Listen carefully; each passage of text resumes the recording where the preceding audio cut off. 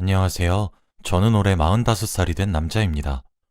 저는 얼마 전 저희 아버지를 감옥으로 수감시켰어요. 누군가는 제가 불효자라고 여기고 손가락질할 수도 있지만 제 이야기를 한번 들어보시면 분명 생각이 바뀌실 겁니다. 저는 어렸을 적부터 어머니와 단둘이서 살았어요. 아버지는 술집 여자들과 바람이 났고 그걸로도 모자라 어머니와 저를 버리고 집을 나가셨죠. 그런데 항상 돈이 떨어지거나 갈 곳이 없으면 다시 집으로 돌아와서는 어머니에게 모진 말과 행동을 하면서 힘들게 했습니다. 당시 학생이었던 저는 그런 아버지 밑에서 자란 게 너무 창피했고 얼른 커서 어머니를 데리고 이사를 가는 게 목표였어요. 사실 아버지가 저희 동네에서 유명한 망난이였거든요. 그래서 다들 저희 아버지와 눈이라도 마주치면 아버지와 시비가 붙으니 눈도 마주치지 말라고 할 정도였습니다. 그러니 다들 그런 아버지 밑에서 자란 저도 좋게 보일 리가 없죠. 어릴 때부터 친구들에게 놀림도 많이 받았고 차별도 많이 받았어요. 어쩔 때는 담임 선생님조차 학부모 상담 때 아버지를 데리고 오지 말라고 할 정도였으니까요. 사람들은 그런 남자랑 결혼한 어머니의 정신은 분명 이상할 거라고 단정지었기 때문에 어머니는 일자리도 구하기 힘들었고 혼자서 저를 키우기에는 벅찼습니다. 아버지는 저와 어머니가 밖에서 자기 때문에 어떤 고생을 하고 있는지 알면서도 절대 고칠 생각이 없어 보였고 늘 술과 담배를 달고 사는 것으로 모자라 어머니를 못 살게 굴고 돈을 달라고 하며 집안을 난장판으로 만들었어요.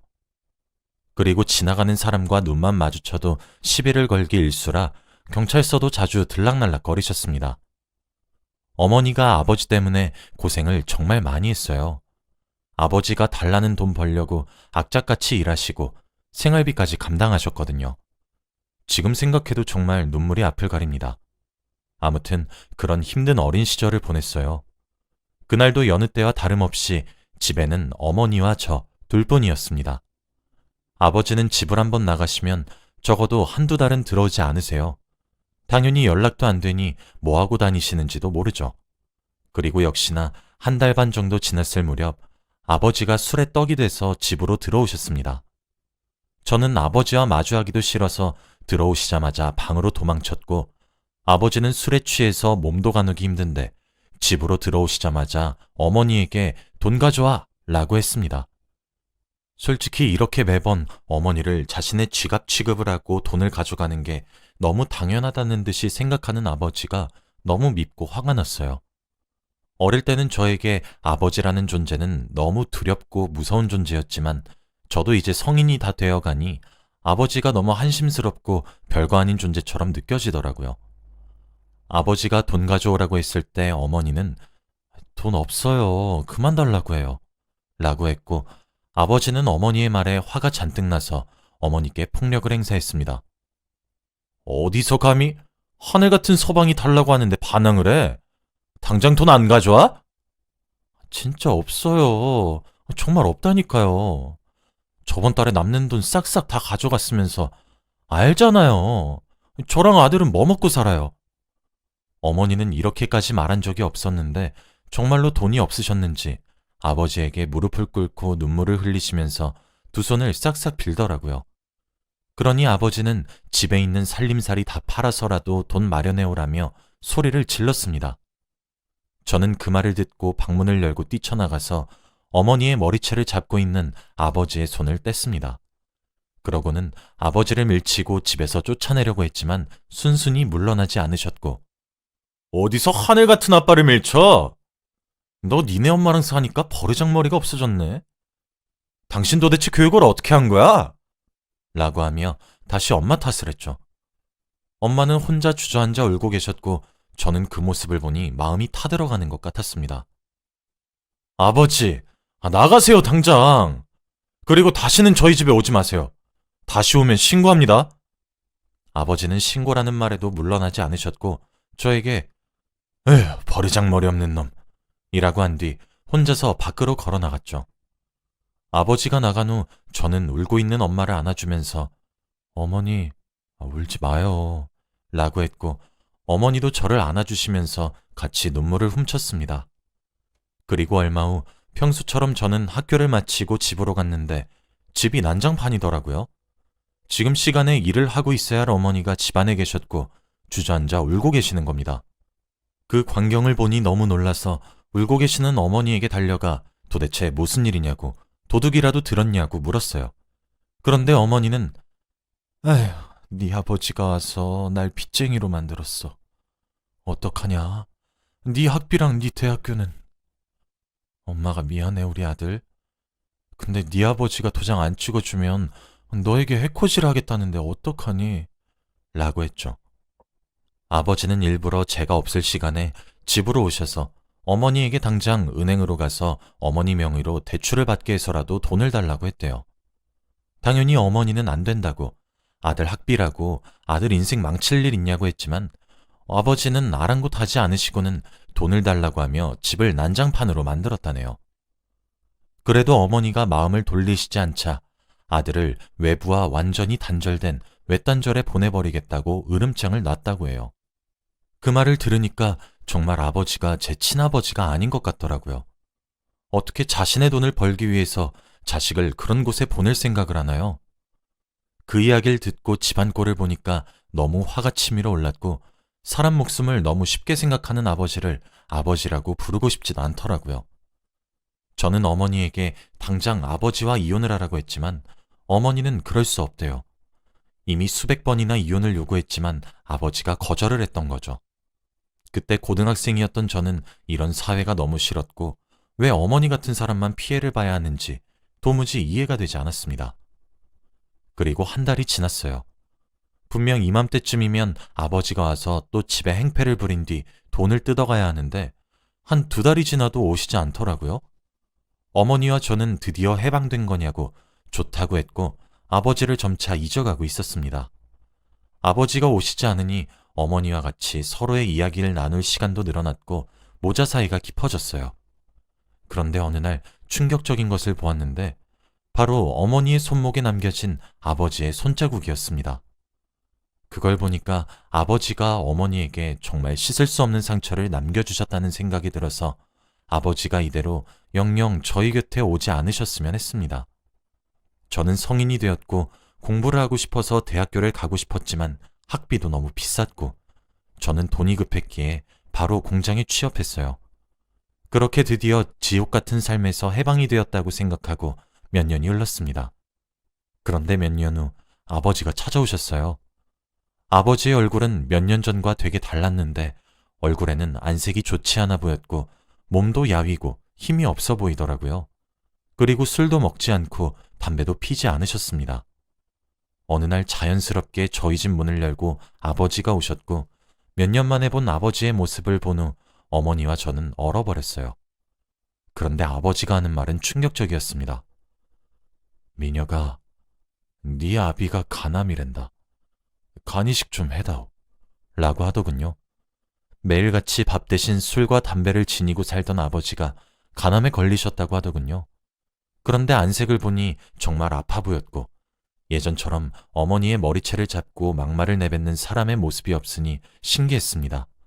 그리고 약간 마음이 아파오기도 했죠. 그런데 왜 제가 간이식을 해야 하나요?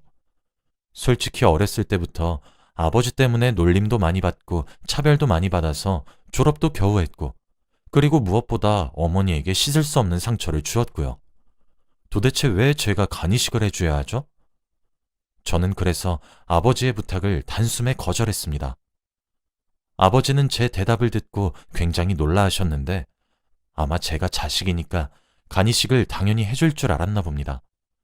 저는 절대 안 해줄 거니 다신 찾아오지 말라고 차갑게 아버지를 밖으로 보내려고 했는데 그때 아버지가 신발장에 있던 꽃병을 던지시는 겁니다.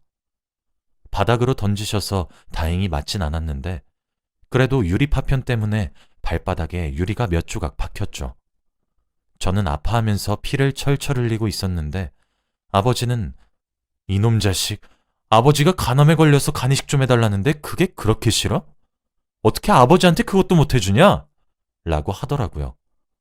그러고는 신발장 위에 있던 어머니와 제가 단둘이 찍은 사진이 들어간 액자를 집으시더니 저에게 던지시려고 했고 저는 발에 박힌 유리 조각 때문에 아무것도 할 수 없는 상황이었습니다. 아버지가 액자를 던지시려고 했던 그때 어머니가 저를 감싸 안으셨고 어머니가 저 대신 아버지가 던진 액자에 맞으셨어요. 어머니 등에 액자가 맞았고 뾰족한 부분이 등에 긁혀서 상처가 심해 보였죠. 어머니는 소리를 지르시면서 아파하셨고 아버지도 그건 생각 못하셨는지 당황하시면서 집을 나가셨습니다. 저는 아버지를 잡을 수 없었고 당장 119에 신고해서 어머니를 병원으로 모시고 가야 된다는 생각밖에 없었어요. 그렇게 병원으로 가서 저와 어머니는 치료를 받았습니다. 다행히도 조금만 더 상처가 깊었으면 큰일이 날 뻔했다고 하더라고요. 저는 그럴수록 아버지가 더 용서가 되지 않았고 솔직히 아버지가 간암에 걸려 죽든 말든 상관이 없었죠. 도대체 왜 이렇게 저희를 못살게 구는 걸까요? 어머니도 치료 내내 우시면서 자기 팔자를 탓했고 저에게 나아서 미안하다고 말씀하셨습니다. 우리 아들, 엄마가 미안해. 엄마가 세상에 우리 아들을 낳아서 아들이 못된 것만 보고 사네. 미안해. 엄마가 이렇게 울면서 말을 하니까 저도 눈물이 났고 아버지에 대한 복수심이 불타올랐어요. 그리고 저는 밤새 곰곰이 생각해서 아버지 같은 사람을 어떻게 혼내줄지 고민했습니다. 도대체 아버지가 죗값을 달게 받으려면 어떻게 해야 할까 생각하던 와중에 검사라는 직업이 떠오르더라고요. 법정에 서서 피고인에게 징역을 선고해 줄 수 있잖아요. 저는 그때부터 아버지 같은 사람을 혼내주기 위해 검사가 되기로 결정했습니다. 제가 검사가 된다고 하니 어머니는 당황해 하시면서 돈이나 벌라고 했지만 포기하지 않았어요. 학창시절에 제 성적은 상위권이었지만 등록금 때문에 대학을 포기했던 것이었거든요. 아버지에 대한 복수심에 불타올라 공부를 열심히 시작했죠. 매일 밤마다 코피까지 흘려가면서 공부를 하니 30살 초반에 저는 검사가 될 수 있었습니다. 정말 검사 합격 통지를 받았을 때 하늘을 날아가는 것만 같았고 어머니도 검사 아들 생긴 거냐면서 죽어도 여한이 없다고 하셨죠. 저는 드디어 어머니가 무슨 일이 생기면 제가 보호할 수 있는 직업을 가지게 되었습니다. 그렇게 검사 일을 열심히 했고 몇 년 차가 되었어요. 그동안 정말 많은 사건들을 해결하고 보면서 저희 아버지 같은 사람이 되게 많구나 라는 것을 느꼈습니다. 아버지는 그때 어머니에게 액자를 던지신 후 한 번도 저희 집에 오지 않으셨어요. 한동안 오시지 않길래 혹시 어디서 죽은 건 아닌가 싶어 동사무소에 가보면 아직 잘 살아 계시더라고요. 간암이면 지금쯤 세상에 없으셔야 하는데 말이 전혀 되지 않았죠. 분명 거짓말이었던 게 분명했습니다. 아무튼 몇 년 동안 저는 검사 일을 하면서 바빴고 어머니는 제가 검사가 되자마자 일을 그만두시고 집에만 계셔요. 그렇게 열심히 인생을 살아가고 있었습니다. 하나의 사건이 끝나고 또 다른 하나의 사건을 담당하게 되었어요. 이번 사건은 조금 컸는데 한 남자가 할아버지를 무차별 폭행한 사건이었죠. 저는 무슨 이런 경우가 다 있냐며 화가 잔뜩 난 채로 파일을 열어보았는데 정말 충격적이었습니다. 피고인의 얼굴이 바로 저희 아버지였거든요. 몇십 년 전에 집을 나가신 후 한 번도 본 적이 없는데 너무 당황스러웠죠. 아마 아버지는 제가 검사가 된 걸 모르실 거예요. 그리고 담당 검사가 저인지도 몰랐겠죠. 저는 드디어 아버지가 죗값을 달게 받을 기회가 왔다는 것을 느꼈고 그 사건을 어떤 사건보다 더 열심히 조사를 하고 준비했어요. 그렇게 1차 재판이 시작되었습니다. 피고인석에 앉아있던 아버지는 검사석에 앉아있던 저를 보시더니 엄청 놀라셨고 저는 반응해주지 않았죠. 아마 검사가 저인 것을 보고 무혐의로 풀려날 것이라고 생각했던 것 같아요. 저는 1차 재판 때 누구보다 정확하고 깔끔한 증거와 말솜씨로 변호인의 말에 반복했고 아버지도 당황을 하시더군요. 그리고 1차 재판은 끝이 났습니다. 당연히 검사 측이 유리하게 흘러갔죠. 재판이 끝나니 아버지가 저에게 오셔서 너 미쳤냐? 네 아비가 지금 수갑 차고 있는데 아주 이를 갈았더라. 왜? 저 호래비한테 돈 받았냐? 2차 재판 때는 나 무죄로 밝혀. 알겠어? 라고 하더군요. 저는 예전의 제가 아니었어요. 그동안 많은 걸 배웠고 아버지 같은 사람이 제일 이기기 쉬운 상대라는 것도 알았거든요. 저는 아무 말도 하지 않고 지나갔습니다. 그런데 아버지는 제가 아무 말도 하지 않은 게 긍정의 대답으로 받아들였는지 피해자 측 가족들에게 가서 농락을 했다더군요. 저 검사가 내 아들이요.